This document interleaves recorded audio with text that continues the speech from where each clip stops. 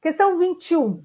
A remoção cinética do tecido cariado ou simplesmente abrasão de ar utiliza jato de ar comprimido, cuja ação abrasiva resulta no desgaste da estrutura, produzida pelas partículas de óxido de alumínio e consiste numa intervenção minimamente invasiva das lesões de cárie cavitada. Com relação a essa técnica, é correto afirmar que... Então, a remoção cinética do tecido cariado, ou seja, para abrasão de ar, ela foi proposta há muito tempo, se eu não me engano, foi até por Black, tá, que propôs, né? Só que antigamente você precisava o quê? Você precisava de uma caixa para poder colocar o material que tinha na época, que era o amálgama. Então, ela foi abandonada, essa remoção cinética. Com o advento da mínima intervenção, quando a mínima intervenção voltou a ser utilizada, que você não precisa mais desses preparos em caixas, voltou-se a falar-se da remoção cinética do tecido cariado. Mas hoje a gente tem métodos mais simples, como o ART, como a remoção química e mecânica da cárie, que também não justifica o uso dessa abrasão de ar. Mas a questão aqui está falando dessa abrasão de ar. Então, eu até coloquei para vocês depois um QR Code, eu vou passar depois para vocês, de um artigo que explica, para quem quiser saber mais, tá? Eu só vi essa questão sobre isso em todas as bancas que eu já dei aqui na CD Concurso, só a FGV que perguntou sobre a abrasão de ar, mas quem tiver curiosidade, quiser saber mais, tem ali o QR Code que dá num artigo, que provavelmente foi o artigo que eles se basearam para fazer essa questão. Então, ele diz assim, o tamanho e a forma da cavidade são fáceis de ser definidos pelo operador? Não são. Se você está jogando um jato de ar, né, você não consegue fazer um desenho adequado. Então, é difícil, né, porque forma muita sujidade quando você usa abrasão a ar. Então, eles não são fáceis. B, a necessidade de isolamento absoluto restrito do campo operatório restrito ao dente ser tratado? Sim, precisa, porque você faz muita sujidade, né? Então, diferente do RT, da remoção química e mecânica que você não precisa, né, de isolamento absoluto, tornando técnicas mais fáceis, por isso que a gente acaba usando menos essa remoção cinética, né? Ela voltou a ser abandonada, vamos dizer, novamente, mas há a necessidade. Então, essa é a resposta correta. Os aerossóis das partículas abrasivas são dispersados sem gerar dificuldade de visualização do campo. Por isso que você tem que isolar, porque você põe muita partícula, então você não consegue fazer o desenho certinho, né? Você precisa ter um isolamento absoluto. Os aerossóis, eles dificultam, né? Então, na verdade, eles dificultam a visualização do campo. Então, é um método que não é tão simples assim. O sistema provoca termogenia durante o desgaste de esmalte à dentina. Essa seria uma vantagem, ele não provoca termogenia, né? Ele não provoca o calor, seria até uma das vantagens de uso. E aí, há um contato entre o aparelho e o dente, favorecendo a sensibilidade tátil do operador. Não tem contato nenhum, é como se você jogasse um jatinho, né, das partículas abrasivas, né? Então, você coloca esse óxido de alumínio, ele vai fazendo um jato, você não tem contato com o dente. Então, assim, ele tem as vantagens, né, de não causar calor, de não fazer barulho, porém, você tem que fazer isolamento absoluto. Para fazer isolamento absoluto, você tem que anestesiar o dente, você tem dificuldade de visualização, e hoje a gente tem técnicas bem melhores, como a ART, a remoção química e mecânica, que você remove o tecido cariado sem precisar fazer isolamento absoluto, com uma fácil visualização. Então, a alternativa correta é a B, né? Que eles se pensaram que isso ia voltar na moda, né? Mas hoje tem coisas melhores. Então, tem aqui um QR Code se alguém, por acaso, quiser se aprofundar. Questão 22. O controle de dieta em crianças é uma estratégia fundamental na prevenção de cárie dentária. Sim, com certeza, em crianças e em adultos, né? Controlar a dieta é tudo para se controlar a cárie. Nesse sentido, o uso de adoçantes de volume, ou seja, os calóricos, que desempenham um papel importante devido às boas propriedades tecnológicas, doçura, higroscopia, solubilidade, segurança bem estabelecida e aceitação controlada, pode ser uma alternativa na prevenção dessa doença. Esses adoçantes podem ser usados em guloseimas, chicletes, balas e outros doces. No entanto, como podem induzir a diarreia osmótica, devem ter seu uso controlado. São exemplos de açúcar calóricos. Ele escreveu tudo isso, muitas coisas que estão em desuso, que a gente não concorda mais, né? O que a gente não concorda mais? Segurança bem estabelecida. Os adoçantes, hoje a gente sabe que eles não têm a segurança tão bem estabelecida como se achava, tá? Alguns adoçantes que eram até preconizados para uso em gestantes, hoje a gente sabe que além de poluentes ambientais, eles podem alterar a microbiota intestinal, e isso pode acarretar outros problemas de saúde. Então, hoje questiona-se. Outra coisa, controlar a dieta da criança é você controlar a ingestão de açúcar, não você substituir açúcar por adoçante e continuar comendo porcaria, né? Então, hoje, quando a gente fala em dieta infantil e nutrição, o que a gente tem que orientar? A controlar o consumo de açúcar, consumir menos açúcar e não substituir, né? Substituir o açúcar por adoçante não resolve nossos problemas. A dieta, a nutrição continua sendo de má qualidade. Então, o importante é a gente controlar o consumo de açúcar e não substituir, mesmo porque não tem uma segurança bem estabelecida em criança, fora essas alterações osmóticas que podem acontecer, flatulência, diarreia e tudo mais, tá? Mas a questão não é essa, ele quer saber o que são açúcares calóricos e não calóricos. Teve uma época da FGV que eles começaram a perguntar muito sobre adoçantes, hoje eles já estão abandonando isso, para a alegria de vocês, mas teve uma época que eles perguntavam muito sobre adoçantes. Então, ele quer saber o que são adoçantes calóricos e não calóricos. Isso devia ser questão, né, de uma prova de nutrição, não numa prova de odontologia. Né? Não que a gente não deva saber, mas esses nomes, né, não é todo mundo que sabe. Então, o que são adoçantes calóricos? A frutose é um adoçante calórico, o xilitol, o sorbitol, o manitol, esses que terminam com ol, eles têm uma certa caloria. Os não calóricos são aqueles mais artificiais, como a sacarina, o aspartame, o acesulfame, o stevia, que é natural, mas ele é um adoçante não calórico, a sucralose. E aqui eles colocaram, é uma questão bem chatinha, que eles colocaram uns que nem são tão usados como o lica. Ah, aqui já está a resposta, desculpa. Já está a resposta aqui para vocês, perdão. E como o Licazin, por exemplo. O Licazin, ele na verdade ele é o maltitol também. É um nome, é uma marca registrada, o Licazin. Então não tinha nem que estar aqui. Esses são exemplos de açúcar calóricos. Por que a gente tira os outros? Porque a sucralose aqui não é calórico, o isomalte é. A talmatina, ela é um não calórico, tá? O manitol é calórico. O xilitol, ele é calórico, mas o aspartame não é calórico. O sorbitol, ele é calórico, e a miraculina, ela não é calórica e ela é pouquíssimo utilizada, na verdade. Então, assim, é uma questão bem difícil. Eu também tive até que pesquisar o Licazin, descobri que é uma marca registrada, tá? É uma questão bem chatinha aí, que eles perguntam sobre adoçantes. Se eles estivessem perguntando sobre o xilitol, que foi o xilitol há uns anos atrás, há muitos anos atrás, ele foi como uma promessa anticárie, porque eles observavam que ele tinha um efeito antimicrobiano, ele aumentava o fluxo salivar também, ele foi visto como uma joia preciosa na odontologia, mas com o tempo viu-se que ele causa alteração osmótica, e ele não é tudo isso, que o flúor, a escovação e o controle da sacarose ainda continuam os melhores métodos para controlar a cárie, tá? Então, se fosse uma questão sobre xilitol, a gente até entendia, mas essa questão é uma questão realmente bem, bem chatinha mesmo. Olha só o tamanho dessa questão, né? Como ele coloca textos e textos e textos. Então, tem que ficar esperto aí na hora de ver o tempo que vocês têm para resolver as questões de endodontia. Paciente comparece ao consultório odontológico para uma consulta de emergência, apresentando dor intensa mastigação na região do elemento 46. O teste de percussão e palpação para o elemento foram positivos. Palpação e percussão para o elemento foram positivos. O paciente relata a sensação de dente crescido e radiograficamente verifica-se um considerável espessamento do ligamento periodontal, ou do espaço que pertence ao ligamento periodontal.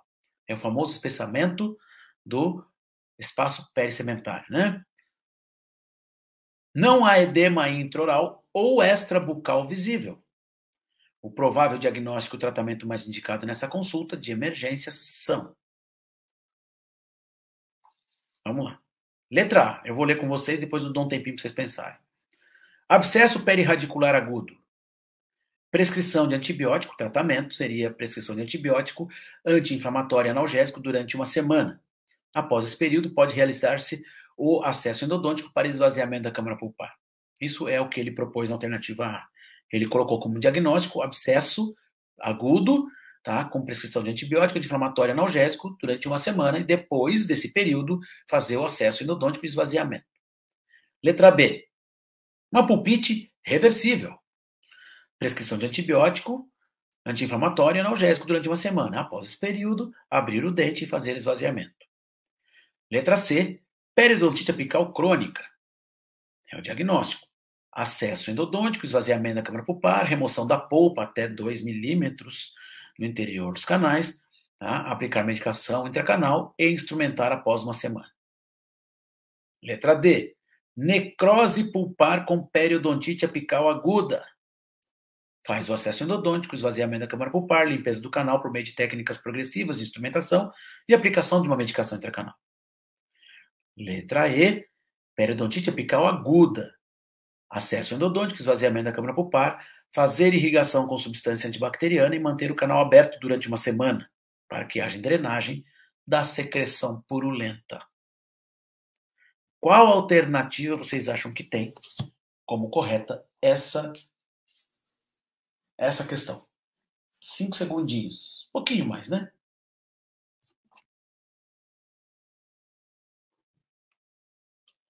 Essa tá fácil. Apesar de ser longa, tá bem fácil. Vamos tentar resolver essa questão de uma forma bastante, coerente. Paciente comparece ao consultório odontológico para uma consulta de emergência. Gente, se ele contém uma consulta de emergência, ele está apresentando dor. Mas a dor, ele está colocando aqui, ó, intensa a mastigação na região do elemento 46. Então dói muito quando ele mastiga. Legal? Ele não está falando que é uma dor espontânea, se ele está tomando analgésico, né? Ele tem uma dor intensa quando ele mastiga. Então ele procura urgência. Se ele procura uma urgência e ele está sentindo dor, ele está diante de um quadro agudo ou um quadro crônico? Um quadro agudo, ele apresenta dor, porque os quadros crônicos são assintomáticos. Lembra disso? Então, beleza. O teste de percussão e palpação para o elemento foram positivos. Quando você fez palpação apical e percussão, ele se deu como positivo. Isso ele quis dizer para você o seguinte: tem necrose. Ou, se não tem necrose, pelo menos ele tem uma doença periapical. E as doenças periapicais, elas geralmente são decorrentes de processos de necrose pulpar. A única doença de periápse, que tem com polpa viva é a periodontite apical aguda traumática. A traumática é polpa viva.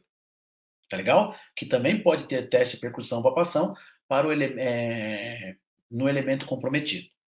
Aí ele coloca assim: o paciente relata a sensação de dente crescido. Então, o dente está mais alto do que os outros. E radiograficamente, você considera-se o aumento do espaço perissegmentar. Não há edema, nem intra, nem extrabucal. Ou seja, não configura o aspecto clínico de um abscesso. Tá? Para ser abscesso, teria que ter relatado ali que ele tem edema. Ele não tem edema, então não é um abscesso. Legal? Então, o provável diagnóstico e tratamento mais indicado são abscesso perirradicular agudo? Não, ele não tem, não há edema, nem intra, nem extraoral. Legal? Então, quando esse quadro, ele me indica de que ele tem alguma doença periapical aguda, tá? Se não é abscesso, são as periodontites apicais. Agudas porque tem dor. Porque nas doenças do periápice, eu só tenho os abscessos e as periodontites apicais, agudas ou crônicas. Então, eu tenho a periodontite apical aguda, que pode ser traumática, como pode ser infecciosa. Então pode ser de polpa viva, como pode ser de polpa morta. Eu tenho essas duas. Vamos ver nos enunciados o que se encaixa. Legal? Porque ele não, só pelo enunciado, eu não tenho como responder. Se fosse uma discursiva, eu teria que colocar: se tiver com necrose, é a infecciosa. Se tiver com polpa viva, é a traumática. Legal? A periodontite apical traumática. Como não tem, como não é discursiva, vamos ver as alternativas. Então, a primeira, letra A, já não é. Legal? Então, essa aqui não é. Vamos ver a outra. Pulpite reversível. Pulpite é polpa viva. Ele já me deu que o dente tem teste de percussão e palpação positivos. Muito provavelmente uma necrose pulpar ou um problema periapical. Então, não é pulpite reversível. E ainda mais, prescrição de antibiótico anti-inflamatório e analgésico durante uma semana, só depois disso você vai abrir o dente, né? Não tem sentido, né? Ninguém dá antibiótico para pulpites, né? Ninguém dá antibiótico para pulpite. Lembra-se disso. Não? Antibiótico eu dou quando? Quando o paciente está prostrado com febre, quando ele não consegue drenagem, quando ele tem que fazer drenagem cirúrgica, quando ele tem ele é imunossuprimido, né? É ali que eu faço, então, a prescrição de antibiótico. Legal? Quando eu não consigo drenagem via canal. Então, pulpite irreversível também não é. Periodontite apical crônica. Opa, crônico? Não é crônico, senão ele não estaria com dor. Legal? Então, não é a periodontite apical crônica. Necrose pulpar, aí ele coloca, ele afirma, ó, necrose pulpar com periodontite apical aguda. Necrose pulpar com periodontite apical aguda. Aí, beleza, ele está falando assim, é uma periodontite apical infecciosa porque tem necrose. O que eu tenho que fazer? Abscesso endodôntico, esvaziamento da câmara pulpar, legal. Limpeza do canal, aí a técnica progressiva de instrumentação significa que você vai ampliando o seu canal e aplicação de medicação intracanal. Ele descreveu perfeitamente uma técnica de instrumentação, medicação, né? Uma primeira sessão, tá excelente. Legal? Então, me parece uma boa resposta. Vamos ver aí. Periodontite apical aguda. Opa, mas periodontite apical aguda pode ser duas, traumática ou infecciosa. Como é que eu vou fazer? Acesso endodôntico e esvaziamento da câmara pulpar. Não sei. Se for a traumática ali, periodontite apical aguda. Se for a traumática, eu não vou fazer o acesso endodôntico. Eu vou só dar anti-inflamatório e ajuste oclusal. Então, tá furada essa questão aqui. Fazer irrigação com substância antibacteriana e manter o canal aberto. Ninguém mantém canal aberto, tá, gente? Isso não é técnica preconizada. Isso é clínica do dia a dia.